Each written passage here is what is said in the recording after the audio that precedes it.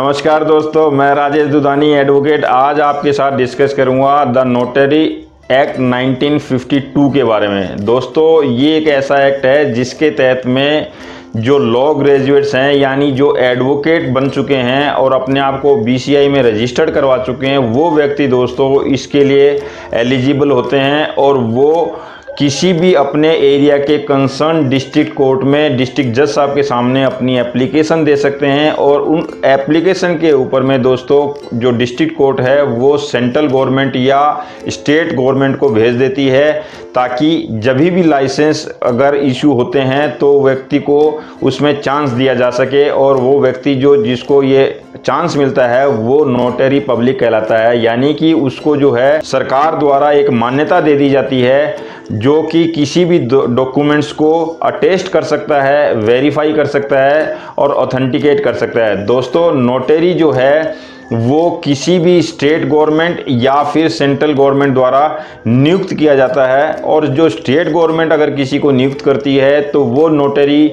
उसी स्टेट के एक एरिया में कार्यरत रहेगा, यानी उसी एरिया के एक एरिया में जो है अपना ऑफिस खोल के नोटरी की जो कार्रवाई है वो कर सकता है। लेकिन दोस्तों, जिस व्यक्ति को सेंट्रल गवर्नमेंट से अगर आपको लाइसेंस मिला है तो वो व्यक्ति भारत के किसी भी राज्य में अपनी जो है नोटरी पब्लिक का कार्य कर सकता है।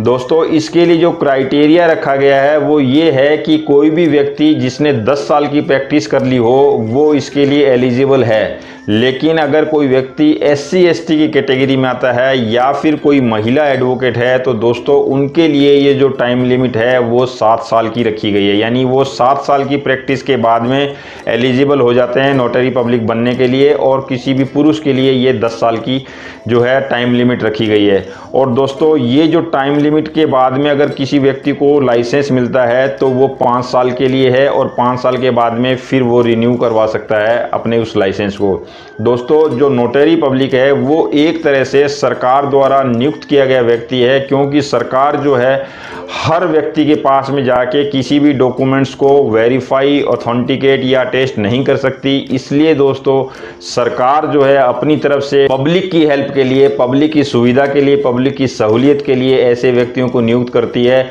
जिसके तहत में वो जो पब्लिक नोटरी है वो व्यक्ति किसी भी लीगल डॉक्यूमेंट को वेरीफाई, अटेस्ट कर सकता है। पावर ऑफ अटर्नी हो गई, एफिडेविट हो गई या लीगल से रिलेटेड कोई भी डॉक्यूमेंट हो गया, प्रॉपर्टी से रिलेटेड डॉक्यूमेंट हो गए, जो एग्रीमेंट्स बनते हैं, बड़े बड़े MOUs बनते हैं दोस्तों, इन सब चीज़ों को जो नोटरी पब्लिक है वो अटेस्ट करता है। दोस्तों, जो नोटरी पब्लिक है वो सिर्फ और सिर्फ सिग्नेचर्स के बारे में ही वेरिफिकेशन करता है, यानी कि वो व्यक्ति जो है सेक्शन 8 में उसके फंक्शंस दिए गए हैं, उस फंक्शंस के तहत में ये कहा जाता है कि वो जो व्यक्ति है वो नोटरी का जो ऑथेंटिसिएशन यानी वेरिफिकेशन और अटेस्टेशन ये कार्य करता है। इसीलिए दोस्तों देखा गया है कि एफिडेविट के ऊपर में जब किसी भी व्यक्ति के साइन किए जाते हैं तो बराबर में जो है उसके एडवोकेट द्वारा उस व्यक्ति को आइडेंटिफाई किया जाता है, ताकि ये हो कि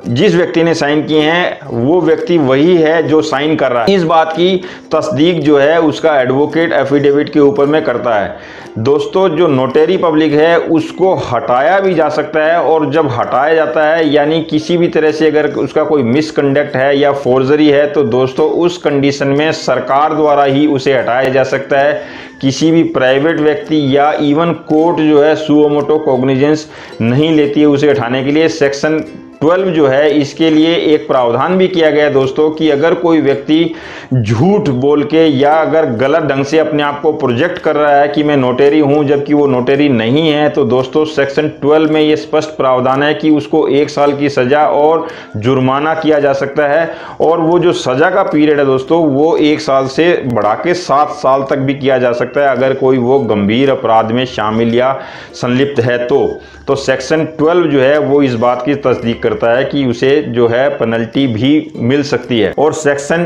10 जो है दोस्तों वो सरकार को इस बात का हक देती है कि किसी भी नोटरी को जो है हटाया जा सकता है अगर वो 5 साल के दौरान में किसी भी मिसकंडक्ट या फोर्जरी के केस में संलिप्त पाया जाता है। दोस्तों, सेक्शन 8 जो है वो जो नोटरी है उसके फंक्शन के बारे में डील करता है, यानी कि वो वेरिफिकेशन, ऑथेंटिकेशन और जो अटेस्टेशन है वो करता है। और उस दौरान में अगर कोई गलत काम जो करवा रहा है उसने कर दिया तो उसके लिए जो नोटरी पब्लिक है बिल्कुल भी लायबल नहीं होगा। दोस्तों इसका एक बहुत लीडिंग केस है जिसका नाम है Ayaz Mohammad Khan versus State of Maharashtra, 2012 का केस है। दोस्तों इस केस में एक नोटरी पब्लिक के ऊपर में फोर्जरी का केस फाइल कर दिया गया था, जहां पर मुंबई हाई कोर्ट ने ये संज्ञान लिया कि इसमें नोटरी का कोई दोष या कसूर नहीं है, क्योंकि अगर इस ढंग से अगर कोई इंडिविजुअल व्यक्ति नोटरी के ऊपर में फोर्जरी और चीटिंग का केस डालने लगेगा तो नोटरी जिस हिसाब से रोज़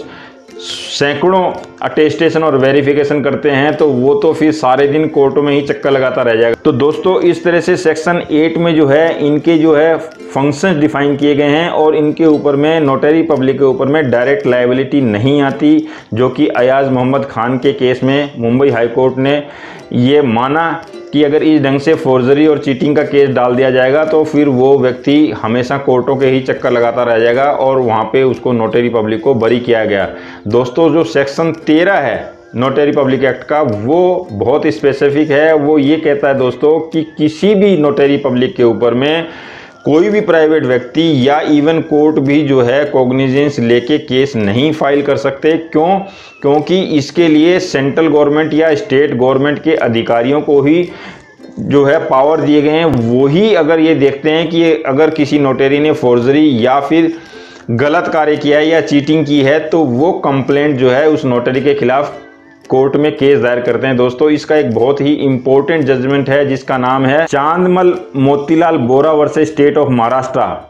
दोस्तों इस केस में मुंबई हाई कोर्ट ने ये वर्डिक्ट दिया कि किसी भी नोटरी पब्लिक को कोई प्राइवेट व्यक्ति या कोर्ट भी इवन जो है सुओ मोटो कॉग्निजेंस लेके केस फाइल नहीं कर सकता, क्योंकि अगर इस ढंग से अगर सबको पावर दे दिए जाएंगे तो नोटरी पब्लिक अपनी ड्यूटी पूरी तरह से नहीं निभा पाएंगे और हर व्यक्ति उनको किसी न किसी केस में लपेट लेंगे और लपेटने के बाद में उसमें केस में उसका नाम डाल देंगे, जिससे कि वो व्यक्ति सिर्फ और सिर्फ केसों के झमेले में ही पड़ जाएगा, अपना कार्य नहीं कर सकेगा और उस तरह से फिर कोई नोटरी पब्लिक में आने का इंटरेस्ट भी नहीं लेगा। तो दोस्तों इसलिए नोटरी पब्लिक को सेक्शन 13 में प्रोटेक्शन प्रदान किया गया है, जिसके तहत में ये कहा गया है कि सरकारी अधिकारी वो सेंट्रल गवर्नमेंट का हो या स्टेट गवर्नमेंट का हो, उन्हीं को पावर दिया गया है कि वो उसके ऊपर में रिटर्न कंप्लेंट के तहत केस फाइल कर सकते हैं अगर उनका किसी भी तरह से मिसकंडक्ट या फोर्जरी में इन्वॉल्वमेंट पाया जाता है। तो दोस्तों इस तरह से जो नोटरी है वो वेरिफिकेशन, अटेस्टेशन और ऑथेंटिकेशन का कार्य करता है, जो कि सरकार द्वारा लीगल फॉर्मेलिटीज़ के जो पेपर्स होते हैं उनके लिए या एफिडेविट या अन्य किसी भी तरह के सरकारी दस्तावेज जो कोर्ट में दिए जाते हैं या किसी अन्य कार्यों में काम में आते हैं, उन चीज़ों की वेरिफिकेशन के लिए वो व्यक्ति नियुक्त किया गया होता है सेंट्रल गवर्नमेंट या फिर स्टेट गवर्नमेंट द्वारा। तो इस तरह से दोस्तों ये था नोटरी के बारे में डिस्कशन। अगले वीडियो में फिर किसी नए टॉपिक के साथ मिलेंगे। अगर मेरा ये वीडियो आपको अच्छा लगा हो तो लाइक, शेयर और सब्सक्राइब करना बिल्कुल ना भूलें। Thank you.